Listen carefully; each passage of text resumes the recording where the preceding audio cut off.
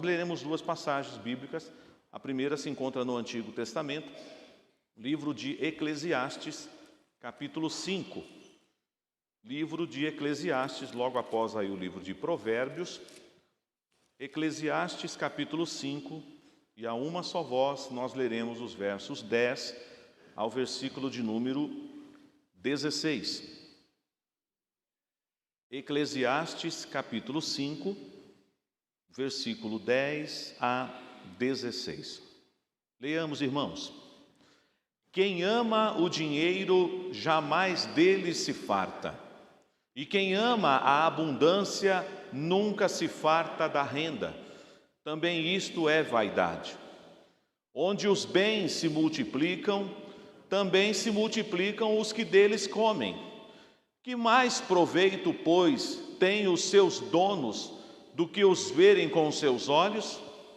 Doce é o sono do trabalhador, quer coma pouco, quer muito, mas a fartura do rico não o deixa dormir. Grave mal vi debaixo do sol, as riquezas que seus donos guardam para o seu próprio dano. E se tais riquezas se perdem por qualquer má aventura, ao filho que gerou nada lhe fica na mão. Como saiu do ventre de sua mãe, assim nu voltará, indo-se como veio, e do seu trabalho nada poderá levar consigo. Também isto é grave mal, precisamente como veio, assim ele vai. E que proveito lhe vem de haver trabalhado para o vento? Essa é uma passagem para você grifar na sua Bíblia e voltar aqui com calma, ler o que a palavra de Deus diz. O apóstolo Paulo, escrevendo ao seu filho na fé Timóteo, ele trabalha um texto bem parecido com este, e vamos ler agora, 1 Timóteo, capítulo 6, versos 7 ao versículo de número 10. 1 Timóteo, capítulo 6, versículo 7 ao versículo de número 10. Vamos ler? Porque nada temos trazido para o mundo, nem coisa alguma podemos levar dele. Tendo sustento e com que nos vestir, estejamos contentes. Ora, os que querem ficar ricos caem em tentação e cilada, e em muitas consciências insensatas e perniciosas, as quais afogam os homens na ruína e perdição. Porque o amor do dinheiro é a raiz de todos os males, e alguns nessa cobiça se desviaram da fé e a si mesmos se atormentaram com muitas dores. Amém. Vamos orar? Senhor Deus, estamos em culto, em adoração ao Senhor. Já entoamos o hino tão lindo que declara que o Senhor é fiel. Lemos a Tua palavra, o Salmo 65, dizendo que o Senhor é quem abençoa a produção na terra. Lemos também o texto de Malaquias, onde o Senhor, naquela época, exortava o Teu povo à fidelidade, a Te servir com integridade. Entoamos lindos cânticos nesta noite, declarando verdades ao Senhor. E agora, ó Pai, queremos que o Senhor ministre a Tua palavra no nosso coração, ensinando cada um de nós aquilo que nós precisamos ouvir da Tua parte. Entregamos cada família que está aqui representada, em nome de Jesus. Amém. Queridos irmãos, um dos maiores campos de batalha no casamento, na família, envolve dinheiro. Muitos casais brigam feio por causa de dinheiro. O dinheiro pode ser encarado de forma diferente para a pessoa. E além de suprir as necessidades da vida, ele pode simbolizar para alguns sucesso. Muitas pessoas hoje, e já vimos um pouco ontem quando o pastor Cornélio falava aqui, às vezes você será medido não pelo que você é, mas pelo que você tem. O valor da sua conta bancária, que tipo de roupa você usa, os lugares que você frequenta. E volto a reiterar o que eu venho falando aqui em outros momentos. Não é pecado ter uma vida próspera, Não é pecado se Deus te der condição de você dar conforto para a sua família, de você viver de uma forma, de repente, até que alguns digam, poxa, olha só, que bênção, mora numa casa ampla, tem um carro bom, pode viajar. Isso não é pecado. Eu gosto muito de um versículo que está lá no Salmo 62, que diz assim: se as vossas riquezas prosperam, não ponhais nela o coração. O problema é este. É quando você transforma a sua riqueza, aquilo que você está administrando, no seu próprio Deus. Por isso que Jesus ele fala, não podeis servir a Deus e às riquezas. E ali ele trabalha como uma divindade, como Mamon, o Deus do dinheiro. E muitos casais, é uma pena, irmãos, estão brigando, estão em crise. E alguns chegam até à beira do divórcio por causa do tal do dinheiro. Interessante que o problema não é o dinheiro. Esse último texto que nós lemos aqui, o versículo 10, Paulo frisa muito bem isso. Não é o dinheiro que é a raiz de todos os males. É o amor ao dinheiro que é a raiz de todos os males. O dinheiro é bom. O dinheiro em si não tem problema nenhum. O problema é se é o dinheiro que domina você. Se é o dinheiro que controla você. Se você está com o controle na mão, administrando os recursos, ou se você se deixa levar pelo impulso. E nós vivemos numa sociedade extremamente consumista, que vive dizendo para nós 24 horas por dia que nós precisamos de algumas coisas e que não são tão necessárias assim para viver. Mas nós acreditamos e fazemos dívidas e criamos problemas. Por isso, a palavra de Deus nessa noite, nessa mensagem, suas finanças vão bem, é para nos alertar. Se como mordomos do Senhor, porque aí nós temos que trabalhar a doutrina da mordomia cristã, se estamos administrando corretamente os recursos que Deus coloca em nossas mãos. Tudo que você tem, tudo que você é, as suas habilidades naturais, os seus dons, os seus talentos, vem de quem? Vem de Deus. Se Ele te dotou, se Ele te capacitou para você exercer a carreira que você exerce, se você está crescendo profissionalmente, se você tem merecidamente tido um bom salário, você tem recebido as promoções, cuidado, só para você não achar que isso é mérito seu. Claro que você teve que trabalhar, estudar, se esmerar, ser um bom profissional, mas você tem que reconhecer o tempo todo, é dele, é para ele, é para a glória dele. Senhor, não deixe que o meu conforto, o conforto material que a vida tem me dado, me afaste dos teus caminhos. Muitos casais estão se perdendo porque não estão sendo bons administradores. Eu já inicio na introdução dessa mensagem fazendo um desafio aos casais aqui. Se vocês têm dificuldades na área financeira, sejam humildes, peçam ajuda. Peçam ajuda. Eu me lembro que eu fui chamado uma vez para aconselhar uma família que eles falaram, pastor, o senhor vai nos ensinar a fazer uma planilha. O pastor tem que ser um pouco economista às vezes. Ensina a gente, pastor, porque nós não sabemos gastar. Nós gastamos mais do que nós ganhamos. Nós vamos assim no impulso do crédito. Depois eu pago o mínimo da fatura. E você sabe que vai terminar com esse problema, não sabe? Hoje não dá mais para falar de cheque pré-datado, né? Mas lembra da época do cheque pré-datado? Põe o cheque aí para frente, o famoso cheque voador, cheque bumerangue, né? Hoje você tem Pix, o negócio é rápido, é instantâneo, é cartão de crédito, é cartão de débito. Talvez você diga, pastor, mas se não tiver saldo, o Pix não funciona, né? Mas o banco sempre dá um jeitinho e libera um crédito para você, mas depois você vai ter que pagar, você sabe disso. E às vezes você sabe que não vai pagar só o valor que você usou. Vem os jurinhos ali, vem a correção. E por falta de sabedoria, pessoas estão perdendo noites de sono. Por isso que o texto aqui fala de uma forma tão clara, que o texto diz assim, irmãos, verso 10 de novo: o amor do dinheiro é que é a raiz de todos os males, e alguns nessa cobiça se desviaram da fé e a si mesmos se atormentaram com muitas dores. Vamos uma pergunta que eu quero fazer aos maridos e às esposas aqui que trabalham. Os recursos que entram na sua casa são honestos? Você pode dizer nessa noite em sã consciência que você trabalha e recebe o seu salário no final do mês, ou recebe o seu vale quinzenal e depois o complemento da sua renda no dia 30 ou no quinto dia útil do mês. É honesto, é fruto de um trabalho honesto, porque nós vivemos num país do jeitinho brasileiro, do suborno. Vou pagar por fora isso aqui para você, ninguém precisa ficar sabendo. O Salmo 128 diz assim: do trabalho de tuas mãos comerás, feliz serás e tudo te irá bem. O homem que teme ao Senhor, ele trabalha de maneira honesta, mesmo que está todo mundo dizendo para você assim: esse papo de honestidade no Brasil, você acredita nisso? O imposto de renda está aí, o leão dando uma mordida atrás da outra, e você diz: não dá, pastor, é demais, é corrupção, e o senhor vai dizer que eu tenho que ser honesto na hora de declarar meu imposto de renda? Não, eu contratei uma pessoa para esconder algumas coisas que eu tenho para não pagar, tudo que eu deveria pagar.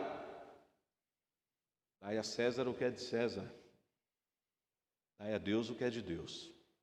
Mesmo o que você diga, mas eles não merecem, você tem que ser fiel a Deus. Eles vão prestar conta diante de Deus. Ou os irmãos acham que ninguém pega eles? Pastor, não pegaram até agora. Não pega, pastor. Pega sim, queridos. É porque eles ainda não compareceram diante do reto juiz. Mas eles vão comparecer um dia. E não tem CPI, e não tem habeas corpus. Não pode ficar tranquilo. Vai chegar esse dia.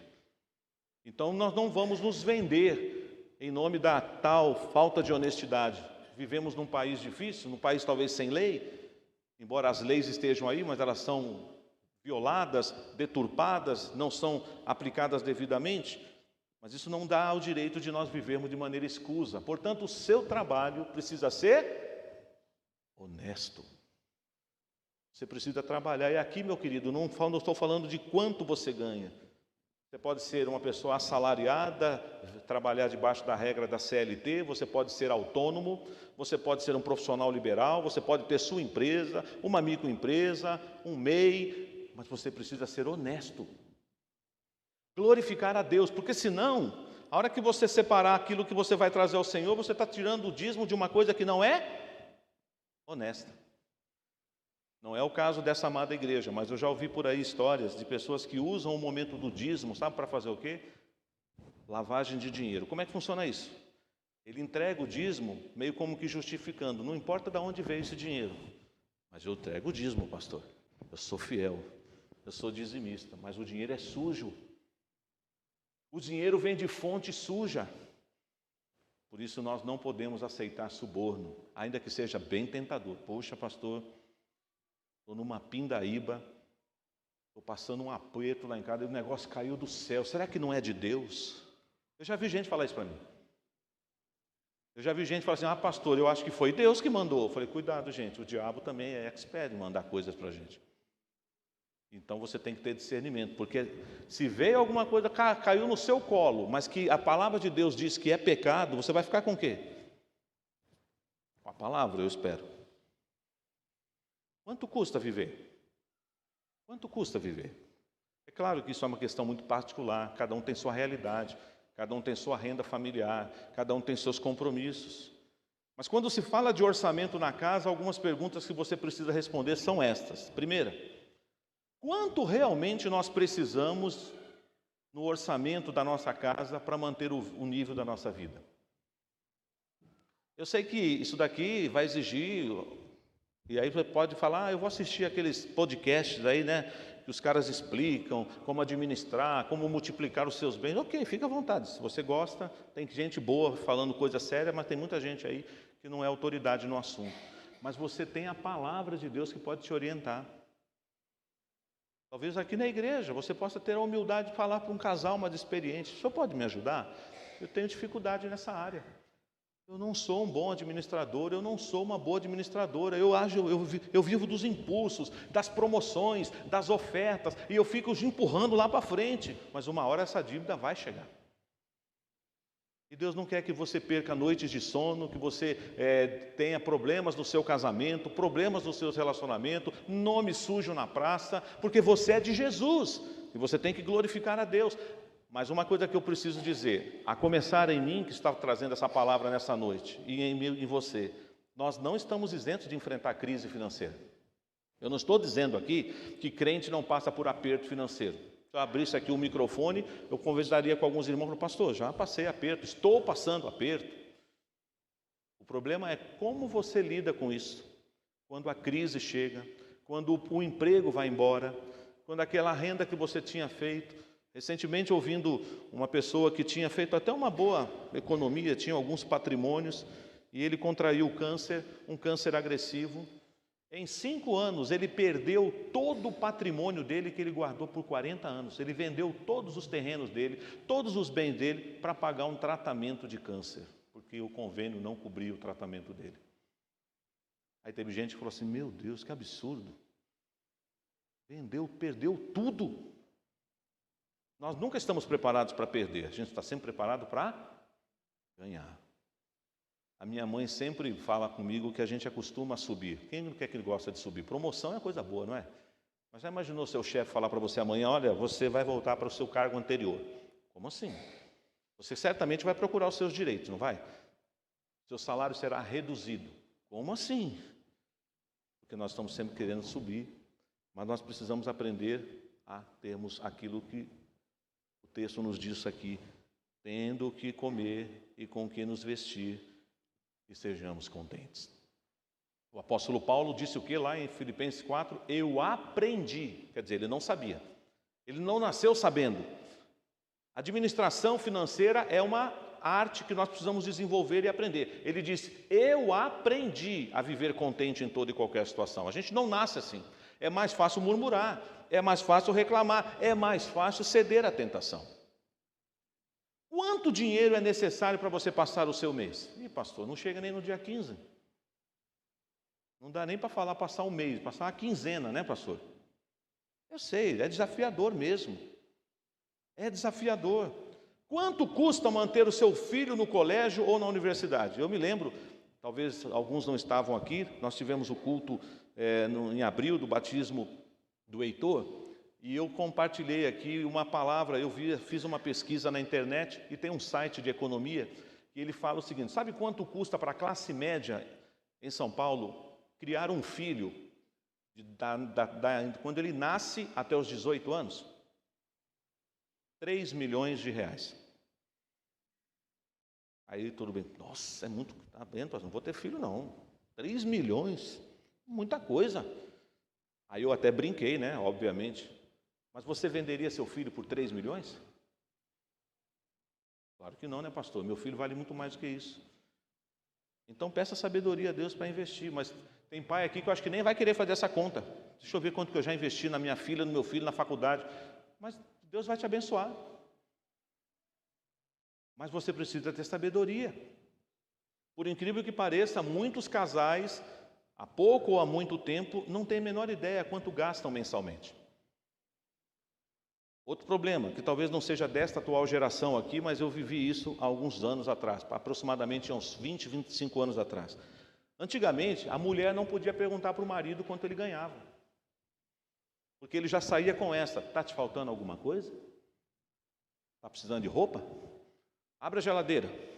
Está faltando algum mantimento aí? Abre a despensa. Por que você quer saber quanto eu ganho? Não te interessa.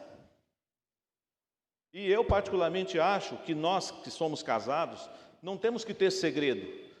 Eu não vou entrar nos méritos aqui se a conta tem que ser conjunta ou separada, mas o seu marido tem que saber o saldo da sua conta, minha irmã. Ah, mas o meu salário é só para as minhas vaidades, pastor. Não, é renda familiar. Junta tudo e vamos pagar as contas, vamos comprar, vamos investir. Porque esse negócio de o meu marido é que paga todas as dívidas, e o seu? O meu é só para o meu deleite, é para o salão, é para sair. Não, é a renda do casal. Por isso que quando você vai preencher alguma coisa aí, qual é a renda familiar? Junta tudo. Claro que o marido tem uma responsabilidade maior, ele é o cabeça da família, é o provedor, as esposas auxiliam, contribuem, eles podem administrar, eles podem decidir, você assume esse compromisso, você paga isso, mas ambos têm que ter a planilha. A planilha tem que ser compartilhada com os dois e não pode ter coisas escusas. Ou seja, se você falar agora aqui, vamos lá, abre o seu celular aí, entra no seu banco e mostra o seu extrato agora da sua conta para o seu marido. Deixa ele ver quanto está aí. Mostra a sua conta, o seu extrato para a sua esposa e diz assim: olha aqui, querido, olha o nosso saldo aqui, ó. Nossa, você nunca me falou que a gente tem esse investimento.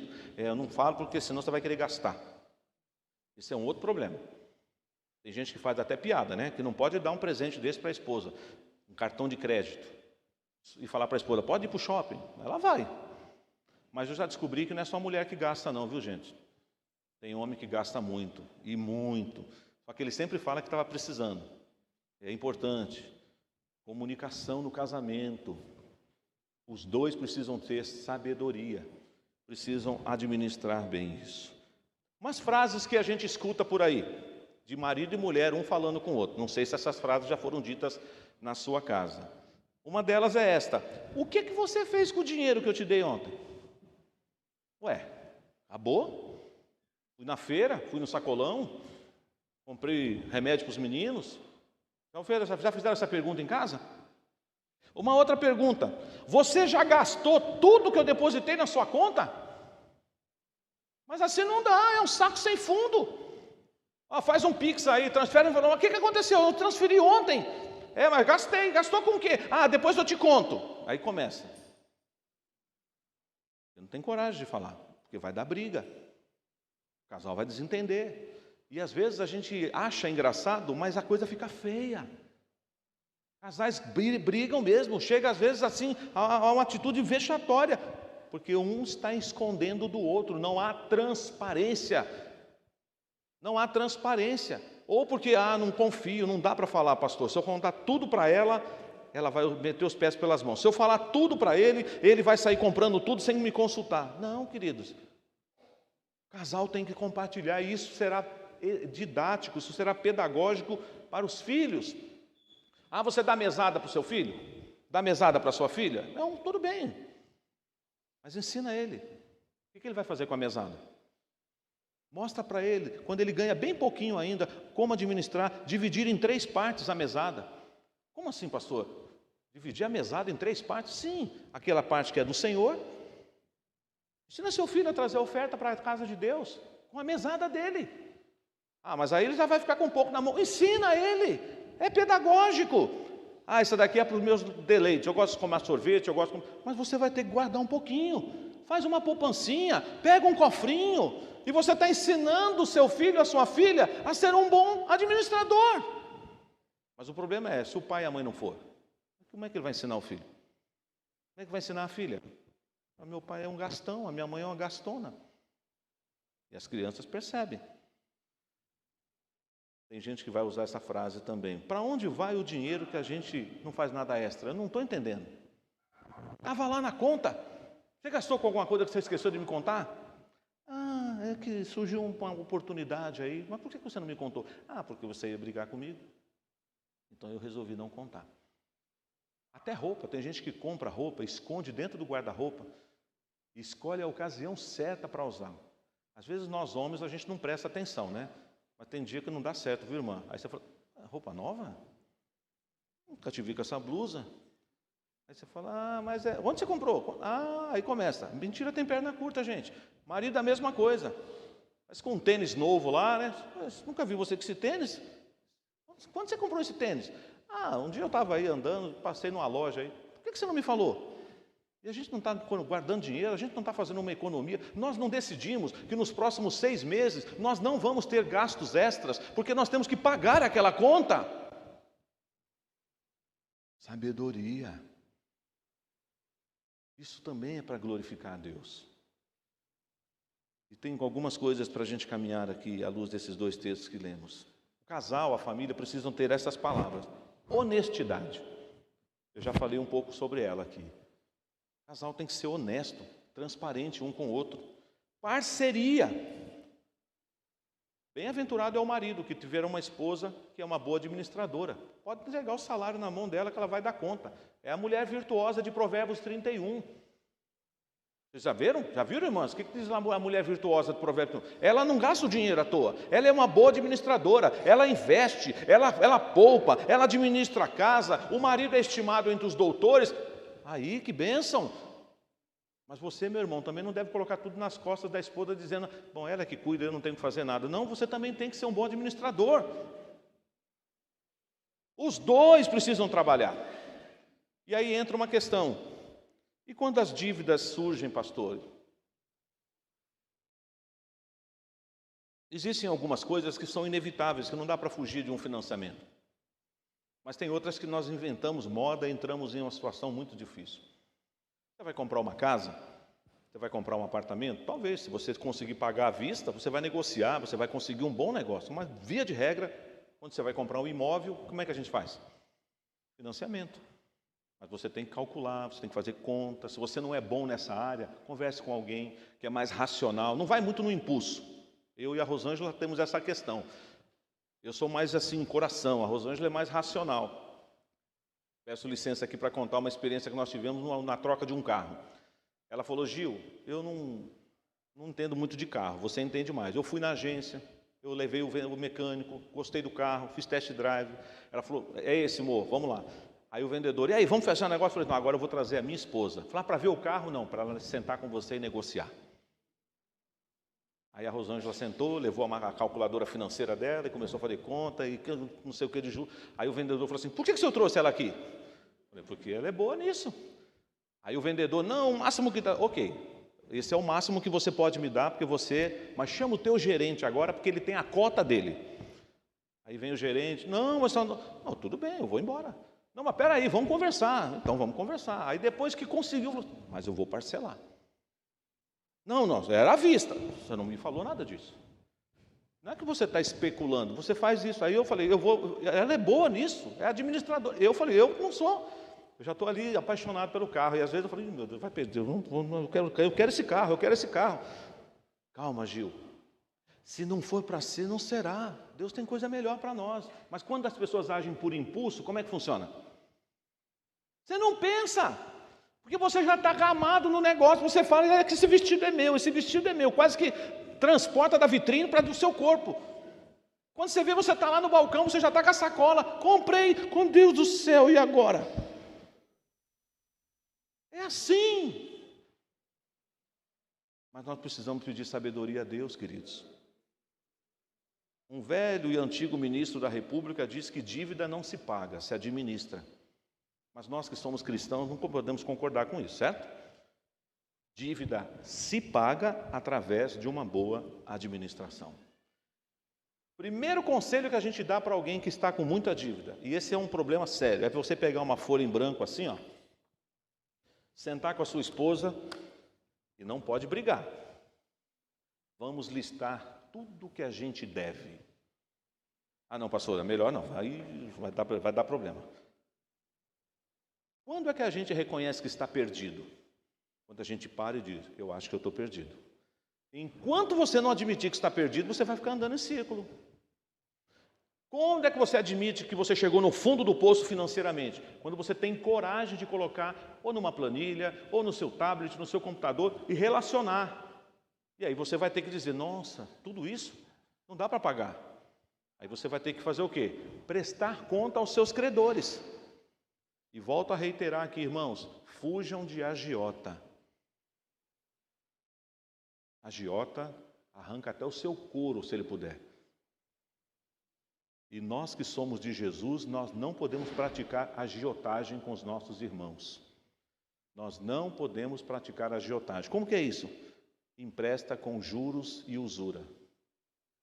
O Salmo 15 diz que aquele que empresta não deve emprestar com usura. Você pode até assumir o seguinte compromisso com alguém que te emprestou o dinheiro: como você vai tirar o dinheiro de um investimento, eu pago a correção, os juros que você ganharia lá naquela poupança, naquele investimento. Aí é outra história. Agora, te empresta 100, você quer 200? O agiota faz isso. E tem agiota com CNPJ e tem agiota com CPF. Então, às vezes você diz assim: mas aquela é uma empresa, mas não está praticando agiotagem. Cuidado. Cuidado, queridos irmãos, que merecidamente conseguiram tirar a sua aposentadoria no INSS, embora você não ganhe o que você mereça ganhar, por tantos anos contribuindo no INSS. Aí você tem um empréstimo pré-aprovado. Aliás, nós temos empréstimos pré-aprovados. Agora, se você quiser fazer um empréstimo agora durante o culto, você consegue, sim ou não? É só você pegar e entrar, você faz um empréstimo agora, e em questão de minutos está na sua conta. O problema não é entrar na conta, o problema é pagar depois. E nós precisamos pedir sabedoria. Então, aqui vai uma sugestão que eu dei há pouco. Faça a lista. Tenha coragem de listar as suas dívidas, os valores, os vencimentos. Não tenha vergonha de nominar. Mas se o senhor falar, tem alguma coisa, mulher, que você está escondendo de mim? Anota aí, 5 mil reais. 5 mil reais? Do quê? É uma dívida que a gente tem aí. Mas eu não lembro dessa dívida. 5 mil? De onde foi isso? Quando foi? Aí, escondeu. Mentira tem perna curta. Agora você vai ter que falar. Sabe, aquele dia que eu te perguntei, você falou não, eu mesmo assim, eu meti as caras e fiz. Mas às vezes o marido também tem os segredinhos dele. Aí ele vai colocar na fila, porque se tiver mentira, não vai dar certo. Já começou errado a sair do buraco, porque estão escondendo. Aí você, olha bem, estamos devendo mais alguma coisa? Não, eu acho que é só isso, é tudo isso, ou não precisa ser muita coisa. Bem, ou amor, querida, como você queira, querido, tem alguma coisa que você não me contou? Não, eu te contei tudo, tem certeza? E aí, você não está esquecendo nada? Ok, então essa é a nossa lista de dívidas. Vamos agora pedir sabedoria para pagar. Um passo de cada vez. Um passo de cada vez. Às vezes será necessário um empréstimo, mas você precisa saber quando, como e com quem pegar. Isso parece aula de economia nessa noite, mas não é não, gente. Isso é ensino bíblico. Isso é princípio de Deus. Nós precisamos glorificar a Deus também com as nossas finanças. E nós precisamos administrar isso. Tome cuidado com o tal do cartão de crédito, com financiamento, com empréstimos. E um princípio lindo que nós precisamos viver. Abra sua Bíblia aí em Provérbios capítulo 30. Provérbios capítulo 30. Já estamos caminhando para o fim. Provérbios capítulo 30. Versos 7 a 9. Vamos fazer essa leitura conjunta? Eu creio que os irmãos já projetaram aí. Provérbios 30, versículos 7 a 9. Vamos ler? 2 coisas te peço, não mas negues antes que eu morra. Afasta de mim a falsidade e a mentira.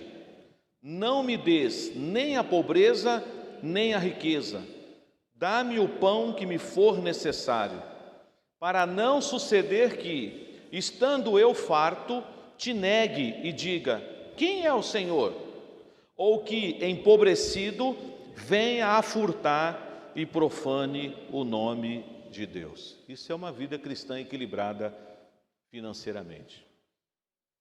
Esse é outro texto que você precisa grifar aí na sua Bíblia.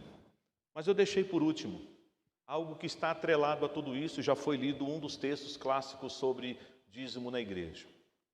Louvado seja Deus pela nossa querida igreja presbiteriana do Jardim Verônia. Nós estamos vendo sinais positivos na arrecadação dessa igreja. Louvado seja Deus. Mas ainda temos muitos que precisam entender o seu compromisso com Deus. Malaquias não esconde, ele diz que quem rouba de Deus é ladrão. E quem está falando isso é Deus, não é o pastor, não é o profeta, é Deus. Roubará o homem a Deus? Em que, Senhor? Nos dízimos e nas ofertas. O que está escrito lá em Provérbios capítulo 3, verso 9? Honra ao Senhor com as primícias da tua renda. Nós já falamos disso aqui numa outra ocasião, não vou gastar muito tempo hoje. Primícias, o que é, irmãos? A melhor parte, o que vem primeiro. Mas normalmente a gente faz o que com a administração dos dízimos? Se sobrar, eu dou.